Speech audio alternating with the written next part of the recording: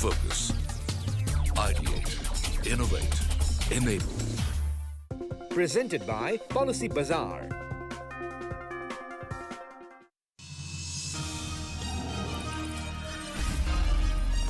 CNBC TV18, the Policy Bazaar Insurance Show. Do you know that each year the cost of medical services in India is increasing by 14%? That's nearly 3.5 times India's total inflation. Today, the cost of treating any critical illness can easily exhaust all your life savings in one go. A report from Niti Aayog says that 7% of India's population, or about 10 crore people, are pushed into poverty each year because of the money that they spend on healthcare. Despite these striking numbers, the biggest irony remains that 65% of the healthcare expenses still happen out of pocket. The reason? Low health insurance coverage, or even worse, no health insurance coverage. Hello everyone, I am Yash Jain, and in today's episode of the Policy Bazaar Insurance Show, we focus on why health insurance is much more than just premium growth numbers and how it's the only reactive way to secure the life of yours and your loved ones. On this discussion, we are joined in the studio by Mayank Bathwal, the MD and CEO of Aditya Birla Health Insurance Company, Anand Roy, MD and CEO at Star Health Insurance, and of course, Sarabveer Singh, Joint Group CEO at PB Fintech. Mayank, I want to start this discussion with you. There are some people who think that they will buy health insurance policy whenever they need it, whenever the need arises. There are some who think that if they have the resources that are needed to take care of the healthcare expense, they don't need a health insurance policy. There are some people who think that buying a health insurance policy is actually anticipating an untoward incident with the health. I want to understand from you, how terribly misplaced are all these three thoughts, and what should be the right approach to look at health insurance in India? Firstly, your opening point on medical inflation. The fact that in India, we have the highest medical inflation in the world. Correct. Second, if a healthcare event were to happen, unfortunately, we want the best quality treatment for our loved ones, right? I mean, we don't want to compromise on that. Even if it means we have to take a loan, we have to borrow, we have to, put our hand into our saved funds and take that out. We don't want to compromise. Best doctor, best facility, best treatment. And I think times, unfortunately, for people who thought that, this will not happen to me, or, I can buy later, times like COVID has shown that, an event of health, treatment can happen to anyone at any point of time. Also, we must remember that, with the kind of lifestyle diseases that we are seeing in India today, because of our fooding habits, because of our genetic construct, because of, the kind of lifestyle we live, the disease pattern is changing very rapidly. And therefore, to think that, I'll buy later on, what if something happens to you and then you're not eligible for a cover? And even if you have money and you can save it, would you really want to kind of use that for an event which could have been funded by a product where the cost of that product is not really Meaningful. I mean, it's not a big cost. I mean, if you think about it, in 25,000, you can get a reasonable cover today, in health insurance. So I would really encourage all our listeners today that please don't postpone. Buy it today and buy it now. But Sarabveer, just to speak about something that we've gone through, we've not wasted a pandemic, at least from the point of view of health insurance. Today, as you see, as we've moved away from that stage, do you think that the discussion has shifted from why do I need health insurance to how much of health insurance cover do I need today? See, COVID was the mother of all wake-up calls. I don't think anyone would have, scripted it better from a wake-up call perspective. I think it taught us a few lessons. One is that you must have adequate health insurance. So it's not enough to just have a policy. You need to make sure that, let's say you live in a metro city, you have at least 10 lakhs of coverage. I would in fact suggest that viewers should look at, upwards of 50 lakhs, 1 crore kind of coverage, which is easily available these days. I think the second thing that COVID taught us is that nobody is immune. See, earlier there was a feeling that if I'm young, if I'm, let's say, below 30 or 35, I really don't need health insurance because what can happen to me? I think now it's very conclusively been proven that everybody needs health insurance and everybody needs adequate cover.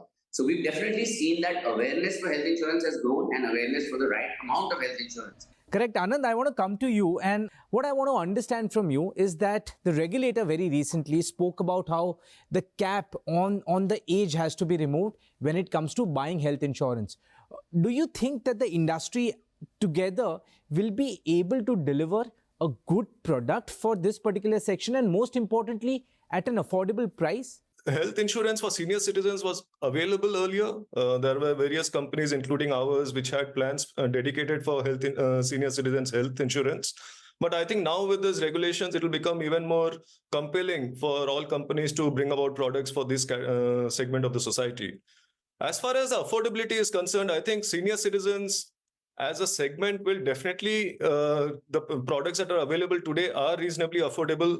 There are innovative features in various products like copay, sharing of risks, so that you keep the cost under control.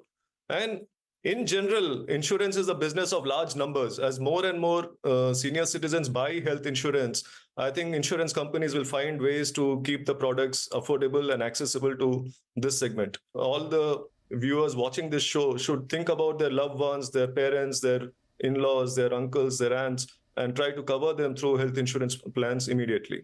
Absolutely. Sarabhi, to sort of now move to another aspect and to speak about two extremes in that sense. One is critical illness cover, and the second one is about OPD covers. Now, I was just going through some numbers while looking into the topic. What I found was half of the people don't understand critical illness cover at all, whereas 30% of them have never heard of something like critical illness. But at the same time, what's positive is that 4 out of 5 people surveyed were ready to buy critical illness cover if they were explained how it helps them. Now, what I want to understand from you is that is awareness the biggest issue here when it comes to such very important elements? So I think, yes, you touched upon a very important point. See, the challenge with critical illness covers is that there is a lack of understanding and awareness that where do they play. Now, the reason they're very important is that I think all of us would agree that we all see larger and larger people who have a critical illness. Now, what is a critical illness? It could be cancer, it could be something related to your heart or something like that. Now, when a critical illness strikes, there are two problems. One is that obviously you have to pay for the cost of hospitalization, which if you have a properly managed health insurance policy will be taken care of. But the second thing is that you lose income, right? And at that time, the expenses of getting cured, the fact that at that time you're not able to work, etc., is also a challenge. So I think a critical illness policy is not only required just from a hospital indemnity cost perspective, but is also required because it acts at that time as some kind of replacement of income. But Anand, one question to you on the other side of it. The pandemic also showed us how important OPD covers became. Now, as we moved away from that phase, in your experience, are these OPD covers as relevant as they were back then in terms of the demand and understanding of people? And I mean, if you simply have to put how important these OPD covers can become for policyholders, how would you put that? Traditionally, health insurance has always been looked upon as a hospitalization cover. Okay, and now that is changing. The dimension of health insurance, the innovation which companies are bringing, and one of them is definitely the OPD, the outpatient coverage. Now, outpatient is a large piece. Outpatient, out-of-pocket expenses, as you mentioned in your opening remarks, is more than 50% of the healthcare expenses in India. So how can insurance companies innovate products that covers these expenses? And these are, your typical doctor consultation, your diagnostic test, your health checkups, your medicines, your pharmacy bills. These all add up. Every year it adds up to a significant amount for every family. So I think now the OPD coverages are well available in the insurance domain. There are a lot of innovative products which is available in the market. I think the healthcare delivery models also have evolved after COVID, especially, things like telemedicine facilities, home healthcare facilities, where hospital facilities are given at the home of the patients. I think these are innovations which is available today in the industry. And there are wonderful products which covers OPD very, very comprehensively. And customers should definitely consider buying these policies to have a more comprehensive and more wide coverage for their family members. See, but Saravir, one question to you, and since you're neutral on this particular side, I'm putting this question to you. If someone wants to port their health insurance policy, you know, a lot of times this decision to port their health insurance policy, if you're not happy with the current policy, is dominated by the fact that the cost of another policy or an alternate policy is favorable, is cheaper. To your understanding, how important is it to look at other factors exclusive of the cost of that insurance policy? See, many times customers are attracted by the fact that someone brings to their notice that there is another policy which is a little bit cheaper or than the policy that they have. Now, I believe that customers need to be a bit more long-term about their thinking, and the main reason is that different companies have different pricing philosophies. Some people raise their price every year, some people may raise their price in blocks of 3 years and things like that.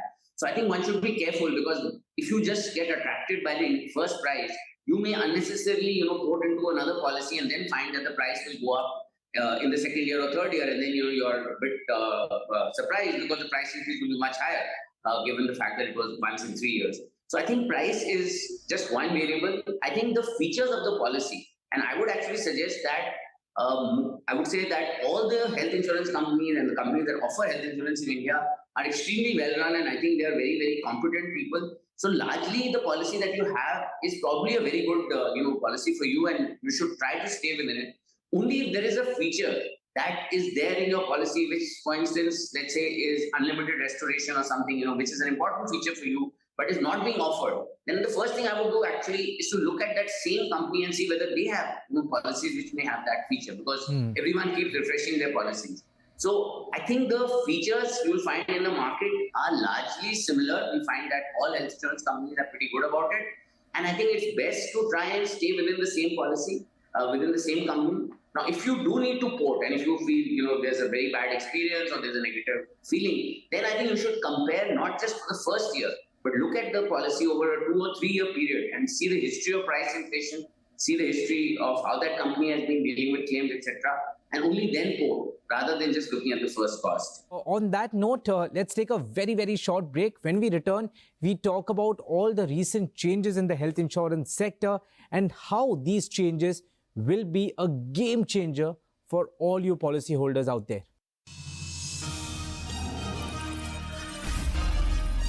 CNBC TV18, the Policy Bazaar Insurance Show. Welcome back to the Policy Bazaar Insurance Show, and now we discuss a very important point from a policyholder point of view, how he should be more aware about the policy that he has. And the question is to you, Anand. A lot of people, after they buy a health insurance policy, hardly ever look back at it. What I want to understand from you is that what should be the journey of health insurance for an individual, and how should the coverage progress? To just give you a context on what we believe is the right approach in terms of selecting your health insurance, let's say someone is getting into a job, it's a youngster, first job.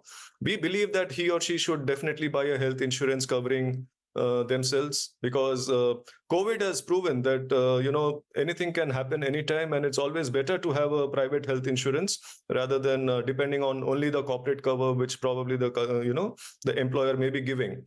And as one moves on through various stages in life, gets married, plans for having a family, I think everyone should review their health insurance cover at least once in 2 to 3 years' time in terms of the coverage that they have and what is the benefits that their policies are providing. And there are additional add-on benefits which they can definitely opt for at the various stages of their life. For example, if they're planning to have a kid in a few years' time, they can go for a maternity cover, which will have definitely some waiting period. So they should plan ahead so that, they get the full benefit when they want to have it. And similarly, as they become middle-aged, they want to move up in their career. At that point of time, they should really think about having a critical illness cover. They should think about enhancement of their plans. Anand, I just want to extend this question. What I want to understand from you is that time and again, we still hear arguments about how expensive health insurance premiums are getting. one question which all general insurance companies have been asking is that if it is such an important product for the health of the country, for the health of its citizens, why do we end up paying so much GST on health insurance products? You think cutting down on GST is one of the big factors that will determine the coverage of health insurance in the coming years? So Yash, this is a point which I'm sure all of us on the panel will agree upon, and definitely it is something that we are representing at various forums at the government level as well as the council levels. How do you increase penetration of health insurance if there is a 18% GST which is in the luxury category? It is not a luxury, it is a necessity for the society. And this question's to you, Saraveer. According to a very recent report which Policy Bazaar published, is India happy with health insurance claims? 70% of the reimbursement claimants said that they either turned to their financial assistance or drew upon their investments in absence of cashless claims. Do you think, enforcing cashless everywhere into regulations itself will lead to a better enforcement of it? What our survey very clearly showed is that if there is a reimbursement claim, then 70% of customers had to dip into their saving or borrow money to pay for the claim. Now that, of course, sort of negates the purpose with which they had bought the insurance policy, and it makes the whole proposition very expensive. Now, why does one need to go beyond the network, or why does one need to take a reimbursement claim? There can be many reasons. See, sometimes it can be an emergency. Sometimes it could be a doctor that you would want to get treated by who may not be in a hospital, which has cashless. So I think more and more that we can make the claims process cashless, I think the better off we'll be. And I think it really, really increases the trust that consumers have in health insurance. But Mayank, and I would speak and I would ask this question as a policyholder.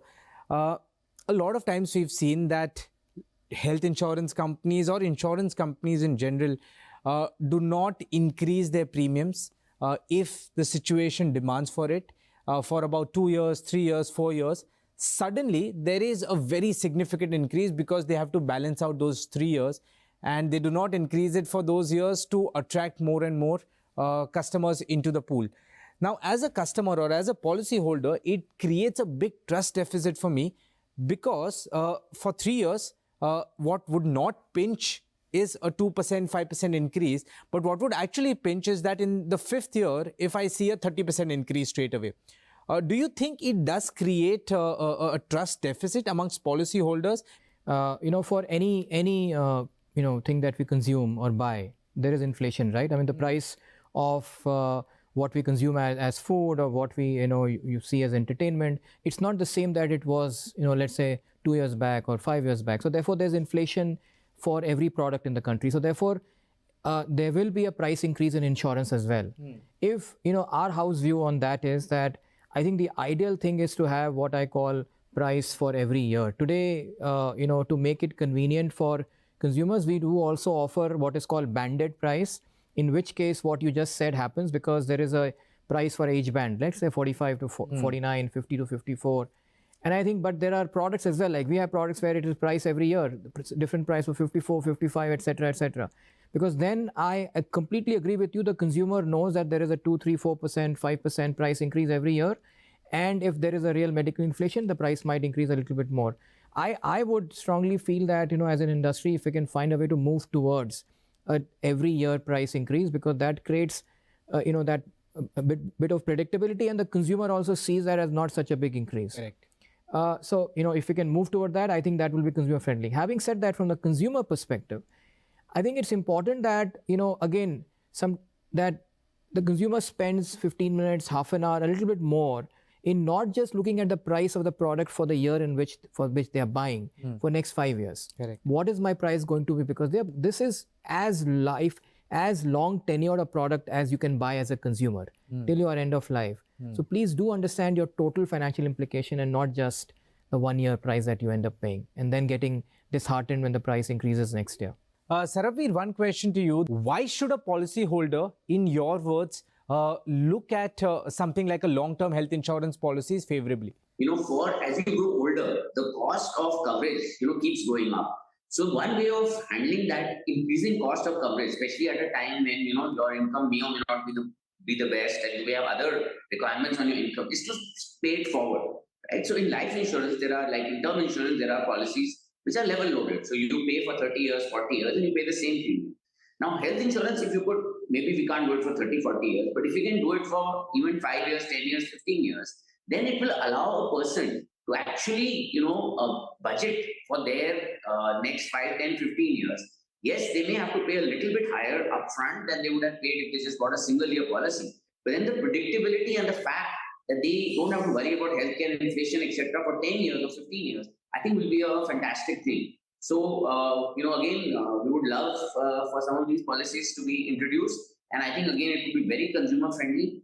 And hopefully, consumers will have the maturity to buy these policies, because it will require a little bit of maturity to pay a little more upfront than you would pay with a 1-year policy. But let's end this discussion with a little bit of insurance rapid fire. There are certain terms which policyholders should understand in their policy document, but often these terms are not understood. I will put 3 terms to both our insurers, Aditya Birla Health Insurance and of course Star Health Insurance. To start with Mayank Q, as rapid, one line understanding that you can give to policyholders. The first term is sum insured. The maximum amount that you will get as payment from the insurance company for any health cost of yours during that year. Waiting period. It's the amount period for which some of the benefits will not be available to you in the product. Free look period. It's the time that you have to decide whether you made the right purchase and then go back and say that maybe I don't need the product. Anand, to you, co-payment. What is co-payment? Co-payment is the amount which the customer has to bear from the overall claim payout. Okay. Exclusion? Exclusions are specific conditions which are not covered by the policy. And finally, sublimit. Sublimit is a cap within the overall sum insured for specific ailments or diseases. Well, that's those 6 terms that you always have to watch out for in your policy document, and the understanding of which has been given by 2 of the biggest health insurance companies in the country. But with that, we come to an end of this episode of the Policy Bazaar Insurance Show. We hope that the discussion today does help our policyholders in deciding on their health insurance journey. Thank you so much for tuning in today.